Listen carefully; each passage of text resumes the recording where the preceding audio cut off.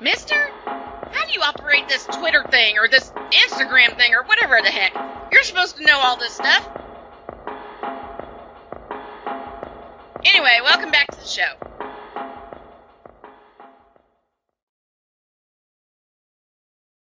Okay, Shane O'Mac, what'd you nail Malik for this time? Talk to me. Oh, that whole bull dealing with, him talking, we haven't done grades, all this bull crap, dude. It's like, come on, I'm done with this. Good. Listen, I'm gonna just say Hit the road, this, Jack, and don't you come back no more. I'm just say this, and that's gonna be it. To Malik and to many others like that, we don't run the show the way you want it run. Thank you. You want to run a show, you run it, you start it. We will get to everything we can get to. Sports is not a linear thing. There's all types of updates, all types of new breaking news stories, all types of stuff like that. So for you to come out and try to disrespect what we do shows your character, not ours. And I'm going to hit you with a damn Yoshi hammer. I'm going to hit him with this.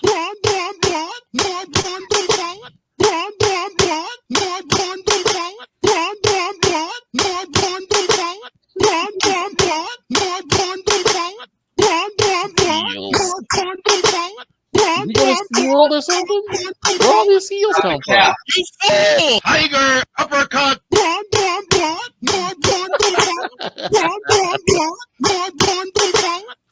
You.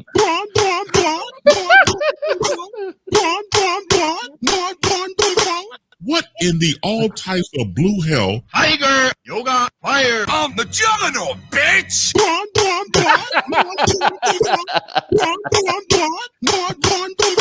Come on! And I think our good friend Samuel L. Jackson is the perfect way to cap this. Yeah. Not yet. Not yet, because that would require playing the entire clip, and can't do it. But I can say, What the hell's going on out here? that's when he shows up. That's when he shows up again. All right, 58 after the hour. We got a cut. You know what? Let's bring her on right now. Let's have some fun. Okay. There's another element I'm bringing back to the show, especially when we extend to a full 4 hours. We like to call it mic to mic. This is where I interview a lot of different broadcasters. When I reached out to this lady and I crossed my fingers, okay? Let me just be real. I crossed my fingers. And I said, please, come on to the show and talk about it.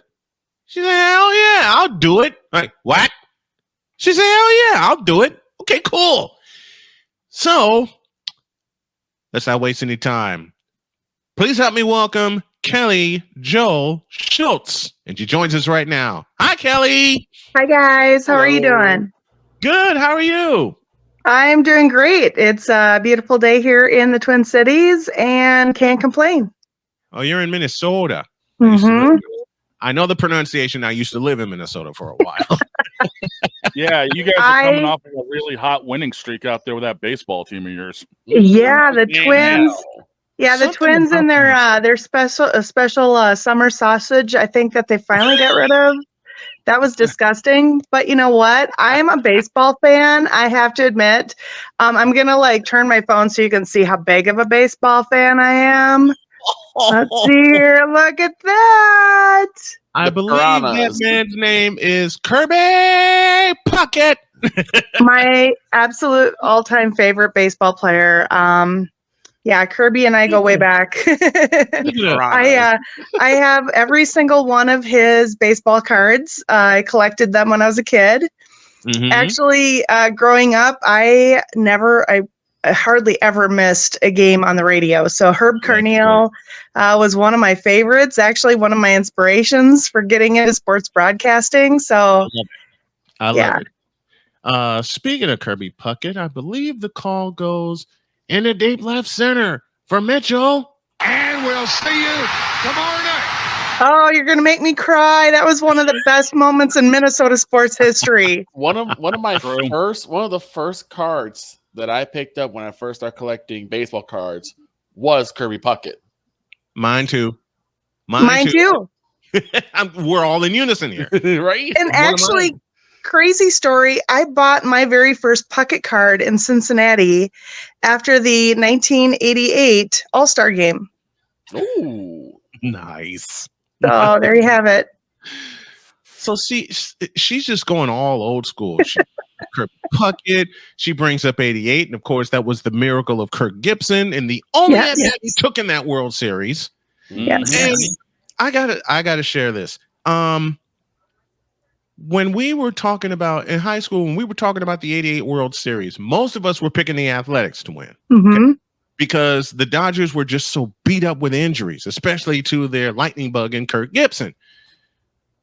Man, I walked out of the room when the count went to 2-2. I went out of the room.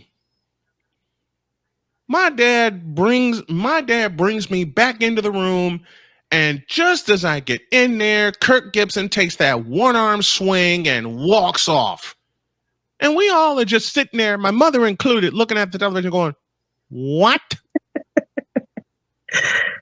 What just happened? I got to school that following Monday, and all my friends are looking at me, and I'm looking at them, and we're going, what the hell was that? He never took another at bat in that series. Oral Hershiser just pitched his lights out. And you're a Twins fan. You should recognize this name. I watched Game 7 of the World Series in 91 in full and got there's the tears forming in her eyes. Yeah, 91 was a good year too. Because of one of my favorite pitchers of all time, Jack the Cat Morris. Oh, yes. Jack Morris was he was amazing. An incredible pitcher. I had a chance to meet him at a benefit shortly thereafter. Now you're making me jealous. Now you met Jack the Cat Morris, okay? He was a cool dude. He was really a cool dude. And, he kind of got a bad rap here in Minnesota. Some people liked him. Some people didn't.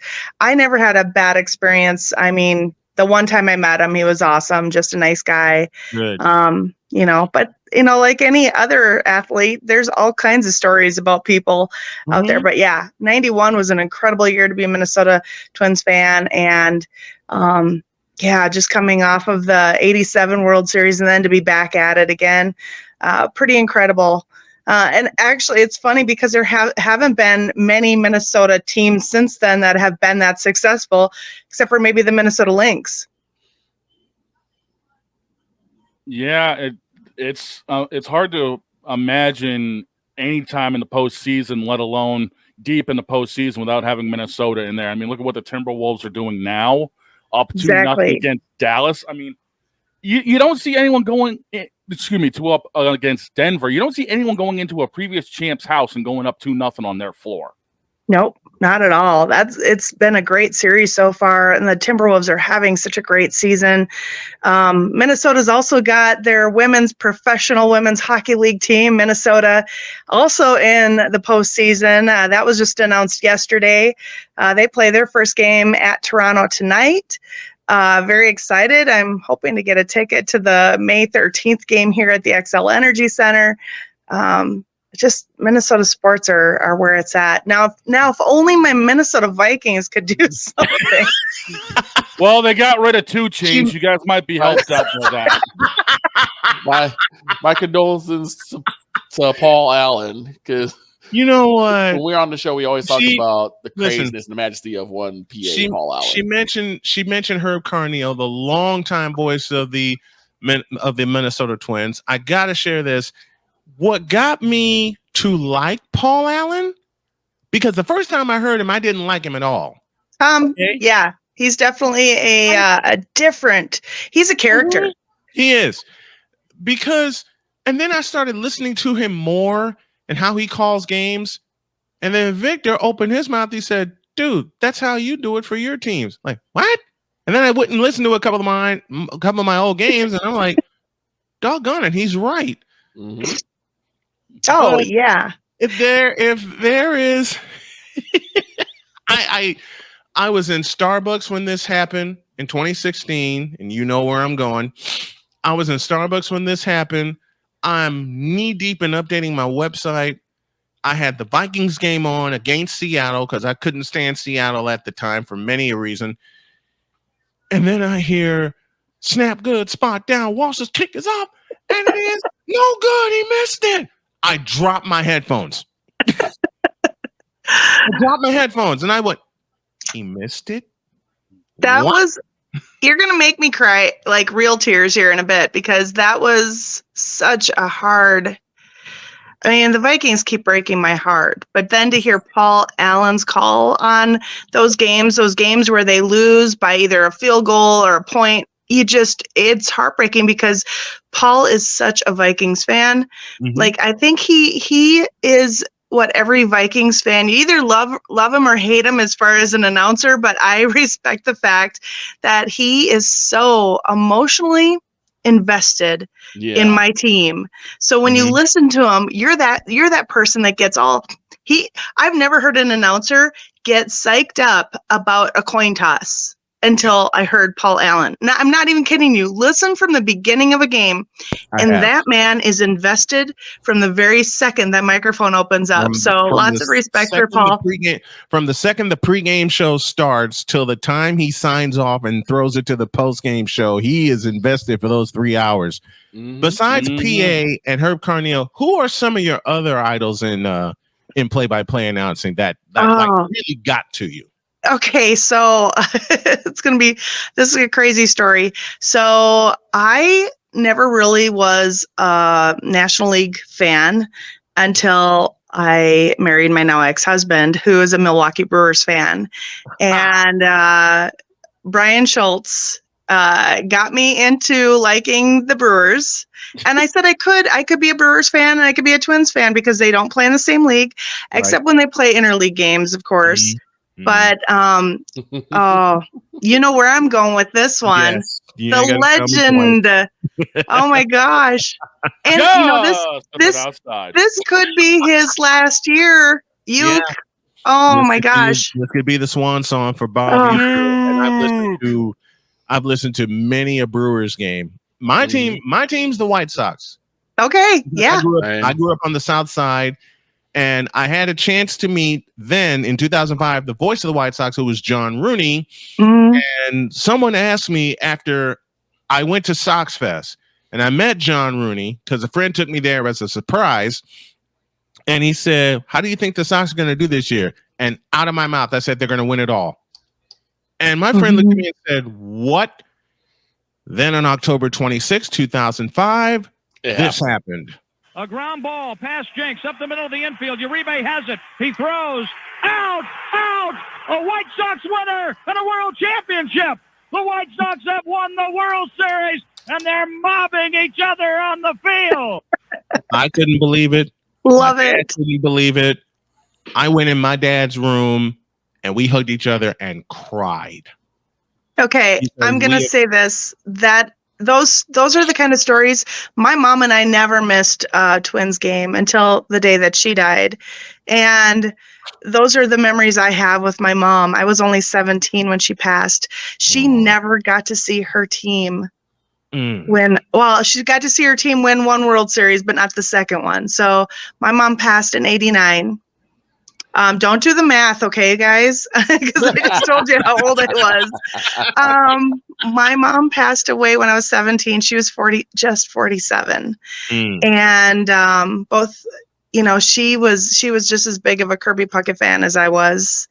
And 87, when the Twins won the World Series, she drove me downtown St. Paul to be part of the parade. And it was such a cool experience. So for you, Brian, to be able to share those memories with your dad, that's awesome.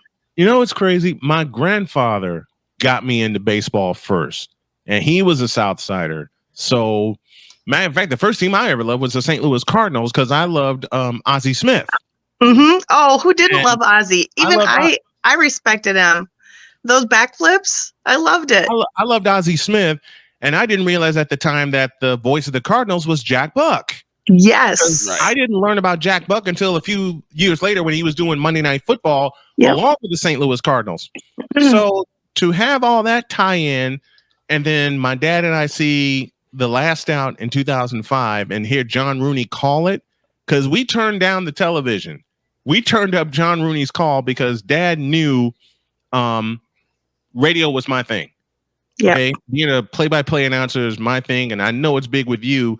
But the first voice that did it for me, besides Jack Buck, was this man. Michael on the drive across the lane. Turnaround shot. Got it. 63 for Jordan. And that moment, Jim Durham, 1986, against the Boston Celtics in one of the craziest games I ever watched in my life. And I just had a simple philosophy. If Jim Durham can do it, so can I. Mm-hmm. And I've been chasing it for 30 years, almost 30 years. And it's so much fun learning about so many people that get into this business, that want to do play-by-play, that want to really invest in it, you know? And once you invest in it and you do your first game, you don't quit. No, not at all. I wasn't as lucky to have the female announcers to look up to. Most of my female sportscasters that I looked up to were sideline reporters. Right. You know, the Leslie Vissers, the Michelle Tafoya, Susie Kolber, Hannah Storm, Willow Bay. I mean, the list goes on and on and on of all the women that did sidelines for football. They were part of like the pregame, postgame stuff for baseball. There weren't any women doing play-by-play, and only until real recently have there been any doing any pro sports on the men's side, especially. But on the women's side, there are a few that do the WNBA and NWSL. But really, I kind of, not to toot my own horn, I was the first woman to do play-by-play for hockey in the United States. Now, I don't know about Canada, but I definitely have the U.S., and that was just doing college hockey. But then getting the chance to work with the Minnesota Whitecaps in their inaugural season with the National Women's Hockey League, and then turned into the Premier Hockey Federation. And then I finally got my chance to do my first NHL game, which was so cool. I got a phone call 2 years ago from our athletic department at Bemidji State University, and our sports information director at the time, Tyler Christensen, he's like, "Cal, the New Jersey Devils just reached out to me. Can I give them your phone number?" I'm like, what? Are you for real? I thought it was a prank. Very happy. And so he did. He said they're looking for an all-female cast for their International Women's Day celebration on March 8th, 2022. And I said, of course, yeah, absolutely. So the next thing I know, it was a Wednesday. The game was on, I think, the following Tuesday. So it literally had less than a week to prepare. I hadn't watched any of the Devils. I didn't know anything about the Avalanche. Here it was, the worst team in the league, the Devils, playing the team that ended up winning the Stanley Cup that year. And so, I didn't know what to expect. I ended up working with one of my colleagues from the National Women's Hockey League Premier Hockey Federation, Erica Ayala, and her and I had worked together for so many games. We ended up going out to New Jersey, and it was an all-female cast. So it was Amanda Stein and oh my gosh, why am I? Catherine Bogart. So both those two ladies still work with the New Jersey Devils. But here it was, us four gals, and we had so much fun. But the best part of the whole game, the Devils were down like 2-0. It was, or 3-0. Going, it was either into the second period or halfway into the second, and they're just struggling. And they went on a power play, and I turned to Erica. I said, all they need is a power play goal. Here we go. Let's score this one. And they scored it. And Erica goes, Kel, you're their lucky charm now. They just need to score another one. And lo and behold, they scored another goal. They tied that game up 3-3 and ended up beating the future Stanley Cup champions 5-3. And I'll never forget going through Twitter after the game, and all the Devils fans are like, you guys need to hire these two. So the pinnacle of my career. So that was that's fun. how you know you made it big time. Yes. Exactly. So that was fun. I had that happen to me in 2012 when I was covering the Marist High School Redhawks back home in Chicago. And the first big game in the IHSA tournament, they were playing the number 4 team in the state in Curie. Now, I went downtown the night before because I had to get out of the house. I stayed at a hotel downtown, and then it dawned on me, how the hell am I going to get back to the South Side? So, and I've never told this story, but I will tell it here. I'm asking everybody I can in the train station, can you help me get on the train because I got to get out to the South Side? Well, wouldn't you know it, I reached into my wallet and I pulled out this bus card and I checked it and there was something on it. I'll say, okay, I can get to Marist. I'll find a way home. Zipped out to Marist, and that became the first of the Marist miracles as Lexus Williams hit a 3 to win the game. Wow. And I thought, okay, game winner. They move on to the next round. That Sunday, I get a call from Deadspin saying, hey, you want to do an interview with us? Sure, why not? Didn't think anything of it until the next day when I get an email from High School Cube saying your call is heading to ESPN. I'm half asleep. Awesome. I'm going, oh, that's okay.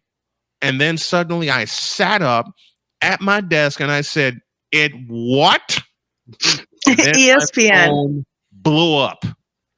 My phone blew up. You knew you made it at that point. ESPN. That's the best. That's big time. And the craziest thing was, I thought I was done because you had the top 2 teams in the state playing that Tuesday, knocked that game out. That Wednesday, they're playing the number 3 team, Marist is, in Bogan. And I said, okay, Bogan's going to blow them to smithereens. Wrong.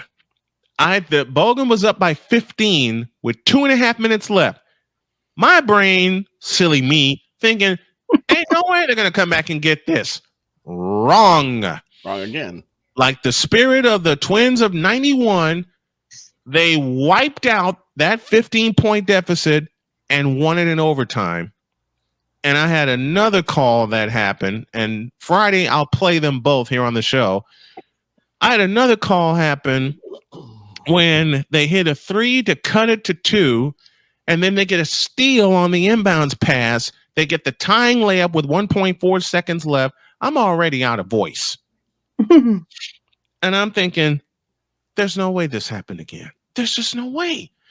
It did. And the next thing, the next day, again, I'm asleep. My phone is blowing up again. Oh, this can't be happening. Yeah, the next call I got was from the producer of the Dan Patrick Show. Oh, that's so cool. I never had any of that happen, but still, that is pretty darn cool. Dan Patrick, I mean, legend. His producer said to me, you're coming on at 10:30 Central, and we ain't taking no for an answer. What? Can I wake up first? Can I at least have coffee? Exactly. Bingo. Oh, right. That's awesome. That's awesome. I don't think I've had enough coffee yet today, but I totally understand that. It's been a delight. Kelly Jo Schultz joining us here on the program, and I made her a promise. I'm going to make sure I cut the daylights out of this and post it everywhere. You don't have to cut it up. I'm fine with this. I haven't done an interview like this in it's been eons, because I haven't been in sports, at least live sports broadcasting very much the last year. Had my chance to do my first National Women's Soccer League game a couple weeks ago. Kind of a tryout. Fingers crossed I get another chance. Who knows? I'm saying it now. You're going to get the call. I just feel it. You're going to get the call. I hope so. And now that I'm back, is so inspirational. Aw, it really is. Thank you. I know there's a lot of opportunities here in Minnesota. I know right now like I said before, the Minnesota Minnesota's professional women's hockey league team is in the postseason. I know they've already got their announcers, but maybe next year, who knows? And then there's always the opportunity to be. I have been kind of hoping to get back in. I worked as the inaugural play-by-play announcer for Minnesota Aurora. They are the USLW league team here, soccer in the Twin Cities. They're talking, actually, the organization that's involved with Minnesota Aurora is talking about getting a pro team here. I mean, the Aurora are a feeder team, obviously, to the pros, but to actually get an NWSL or even the Super League that starts up in August. So women's sports is growing leaps and bounds. I mean, you look at all the attendance records that are being broken, and not just in the WNBA, not just in the NWSL, but also the National Women's or the Premier Professional Women's Hockey League. See, they've gone from step to step to step, and I can't keep them all straight. You can cut that out. But the Professional Women's Hockey League, all the records that they're breaking. I mean, I wouldn't be surprised. I was supposed to try to find a ticket to next, May 13th, the Minnesota team hosts Toronto. Trying to get a ticket at the XL Energy Center. It might be sold out by the time I even get there. But hopefully I can get in the door. I mean, let me in. You get a chance to call a wild game. That would be okay. That's my dream. That is my dream. Actually, my ultimate would be in 2 years Winter Olympics. I would love to be the voice of the women's hockey in the winter games. That's been my ultimate goal for since I was, since I first started broadcasting women's hockey, was to do that. So had my chance to do the soccer side of things. I did CONCACAF U20 women, their tournament last summer. So now on to the Olympics. That would be my ultimate. Like, I don't miss any of the Olympic games. I'm a huge NBC Sports. If you're watching, you know where to find me. I'm here, LinkedIn. Yep. Put this clip on Twitter. Yeah, I'll definitely put this up. We're going to try our best to help make it happen. Kelly Jo Schultz joining us here on the program. All of our guests appear via the Invader Coffee hotline. Go to invadercoffee.com. Use the code Snowman for 15% off of your order. Invader Coffee, fuel for the fearless. My dear, it has been such a delight to have you. We appreciate it. Thank you so much for coming on. We appreciate it. Thanks, guys. Have a great day. Appreciate you. You too, my dear. Thank you. Bye-bye. How fun is that? I know, right? That's such an How amazing. How cool is that? This is the thing. What's so awesome about that is that it was like when she said there wasn't a lot of females doing this, and you saw a lot, and she got a lot of them from like Sideline Pam Oliver being one of them also. And she said, "Fine, I'll do it myself." And lo and behold, look what you got. And she has. That sounds familiar.